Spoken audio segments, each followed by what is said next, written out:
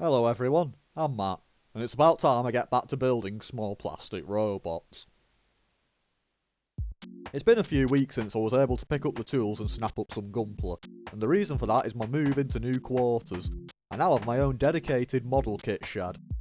The shed itself was put together by the lovely people at A-Grade Sheds in St Helens, and afterwards I insulated the walls myself to ensure the Gunpla inside would survive the winter, something which turned out to be a very good idea. Credit where it's due to me granddad, who came over to put up the walls and ceiling foil, because giving me an electric saw would probably have ended in a loss of limbs. The James gun from Victory Gundam I mentioned is done, and I'll put a video about it together at some point, but I wanted to inaugurate the shed with the OG. In this case, the real grade 1/144th scale RX-78-2 from the original Mobile Suit Gundam.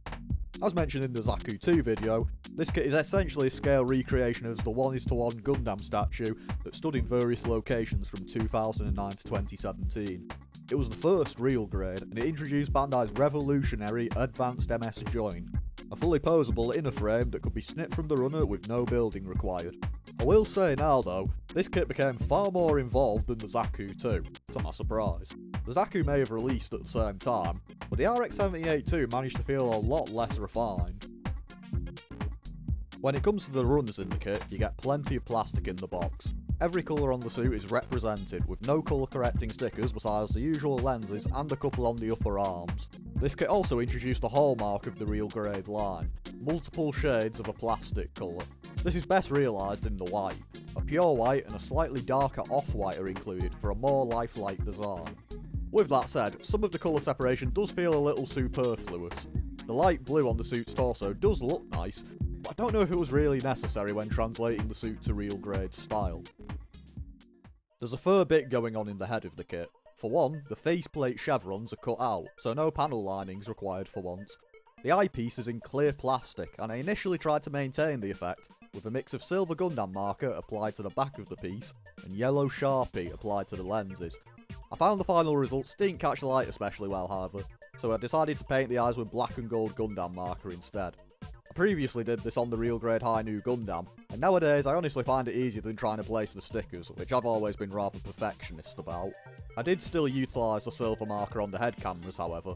I covered it with a red Sharpie, maintaining the shine while getting the right colour. I think it's definitely time for me to pick up some more metallic Gundam markers, but this method still works nicely as well. The torso build is also rather unique, in that you have the option to supply the Gundam with either the core block, or a fully buildable and transformable core fighter. The fighter's a really nice addition, and when it's used with the Gundam, I find it holds in alright. It's certainly better than the fighter on my real grade GPO-1 full Burnham. However, I reckon the transformable core fighter is a little wasted hidden inside the Gundam, especially with all the details and decals included, and the fact that the core block is a more than adequate substitute. A good chunk of the inner frame on the torso is from Runner H, which is moulded in ABS plastic, so Gundam markers are a no-go for crumbly plastic related reasons. I substituted in a silver Sharpie for painting behind the vents, as I wasn't going to be applying the gold stickers on them. More on those decals later, but I wasn't a fan of some of them. Other things I'm not a fan of. Breaking the shoulder joint clean off. The instructions suggest to push the blue shoulder covers in place until they click. Except they don't, being held in place by the two halves of the body armour instead. In my attempt to get the piece to audibly click into place, I instead snapped the entire shoulder off, and every synapse in my brain screeched in unison. I didn't have much hope of repairing it either. The plastic cement I usually use doesn't take to ABS very well, it just created a strange film that peeled off instead. For the time being, I just superglued the joint in place and prayed it would hold. Of course it didn't, but more on that later. Fortunately, the arms were far less traumatic to work on, even if they did still have a few issues. The articulation is really good, on par with the Zaku 2 I built previously, and the colour separation is really nice as well, beyond a couple of stickers on the upper arm. Most of the armour snaps into the frame well, but a couple of pieces did need some glue to stay in place. The things that stood out to me most were the circle joint things on the sides of the arms, and the top of the shoulder. I did initially apply the gold stickers onto the MS joint as well, much like I did on the Zaku 2. On that kit I found they held up alright, even when the kit was posed a few times. They peeled up and got scuffed pretty fast, so I chose to take them off later on. Besides those small issues, it's a pretty solid arm, even if the hands do look a little large from some angles. The waist section is quite similar to the Zaku 2, in that the front skirts are about as secure as the average Bitcoin exchange. Like last time, I drilled a hole into the connection points to give the skirts a little more room to plug into. The side skirts stay on fine joint-wise, but the armour pieces can pull off if handled a little too much. As usual, I glued them on for peace of mind. After the arms were done, I took a good month away from the kit and the channel due to some unfortunate personal circumstances, followed by the installation and insulation of the shed. Once the shed was set up, I jumped back into building the legs. The feet are really well designed, very solid, unlike much of this kit, and parts separated without going overboard. I did initially find cleaning the nubs up on the red pieces a little hard, until I used a recently acquired balancer. It's a very fine polishing sponge produced by Gunpla that comes in grey and white. The grey balancer is a very fine sanding sponge, great for improving the finish on moderately sanded pieces, but the white balancer polishes pieces to an incredibly glossy finish. It ended up a little glossier than the original finish, but I'll be varnishing the kit in time, so it wasn't a massive deal to me. I did go a little overboard preparing the back of the foot for polishing and sanded away a bit of the detail too, but it was somewhat re-established when I panel lined it. The rest of the legs continue to go pretty smoothly. They layer up just as well as the arms do, and there's loads of detail inside the parts that would make a half-built or battle-damaged custom build look excellent. The armour does look a little loose in places, but it stays on the frame far better than other parts of the kit did. Some more common real grade features are here too, such as dynamic armour separation when the legs are bent, and chrome-like decals on the inner joint. As with the arm joints however, these decals were pretty rubbish at staying on, so I chucked some gold Gundam marker on them instead. And then, as I bent the leg joint for the first time, all hell literally broke loose again because it snapped clean in two. My theory is part of the armour snagged on the MS joint, and the slightly soft nature of the plastic... yeah. I wasn't entirely sure how to fix this, and with the amount of trouble I'd already had with the kit, I was just about ready to condemn him to the parts fodder bag, also known as the quality street tin. Instead, I had a nice sleep, several very strong cups of tea, and some YouTube videos about fixing joints. Something that came handy for the broken shoulder and all. After somehow failing to pick one up for eons, I finally acquired a hand drill, and I bored a pair of 1mm holes in either side of the snap joint. I was a little unsure whether the hole would be viable without damaging the knee joint even more, but it worked out in the end. After that, I popped some super glue in there, and I inserted a 1mm brass rod snipped to size to join the pieces. This, coupled with some super glue on the snap surfaces, not to mention the internal ball joint that provides a dynamic armour separation, ensured the leg was back in one piece and still able to fully articulate and all. I used the same method to secure the shoulder joint in place. Super glue on plastic tends to be rather brittle in most experiences, so the brass rod seems to make a big difference to the overall strength. I was also quite chuffed to have learnt a new skill, even if it's one I hopefully won't have to make much use of. The mobile suit was finally done, and it only cost me some sanity and a few grey hairs, so I jumped onto the weapons. They're all very well detailed, but there were a couple of bits and bobs that I did want to look at.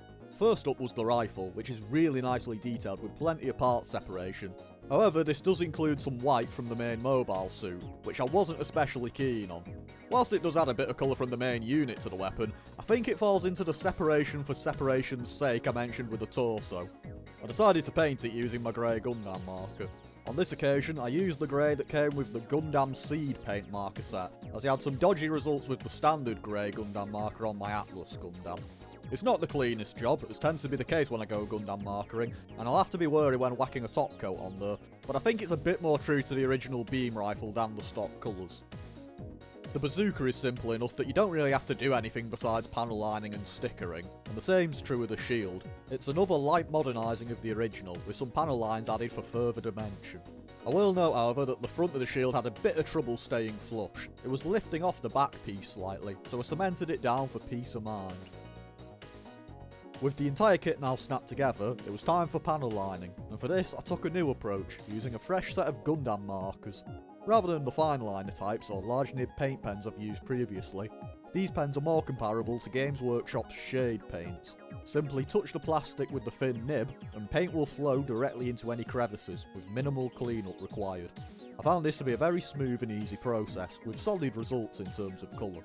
The The grey marker stands out without being too stark, and the orange marker provides much less contrast on yellow areas compared to the brown markers I'd usually use. I did find the reach of the ink to be a little inconsistent from time to time.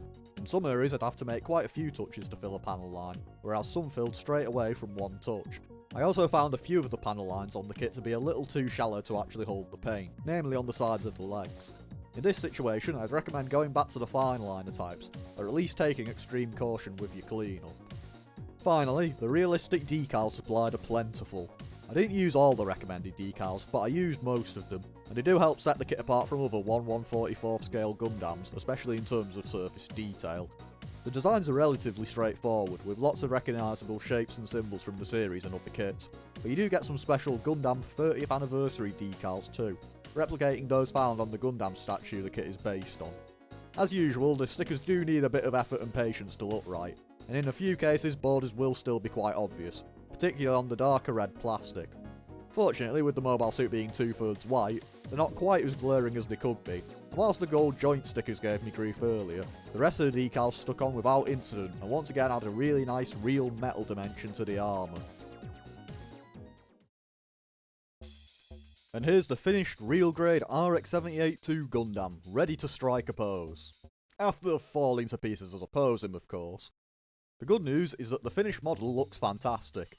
It's got an unbelievable amount of detail for a 1/144th scale kit, and the armour is well designed with the right amount of panel lining and colour separation. It creates a version of the original Gundam that is modernised and lifelike, without looking too distinct from the original series. When paired with the real grade Zaku 2, you can see how nicely they complement each other. Zaku 2 definitely had a bigger redesign, especially in the waist armour, but the Gundam makes up for that in its more apparent separation of armour and heavier usage of decals.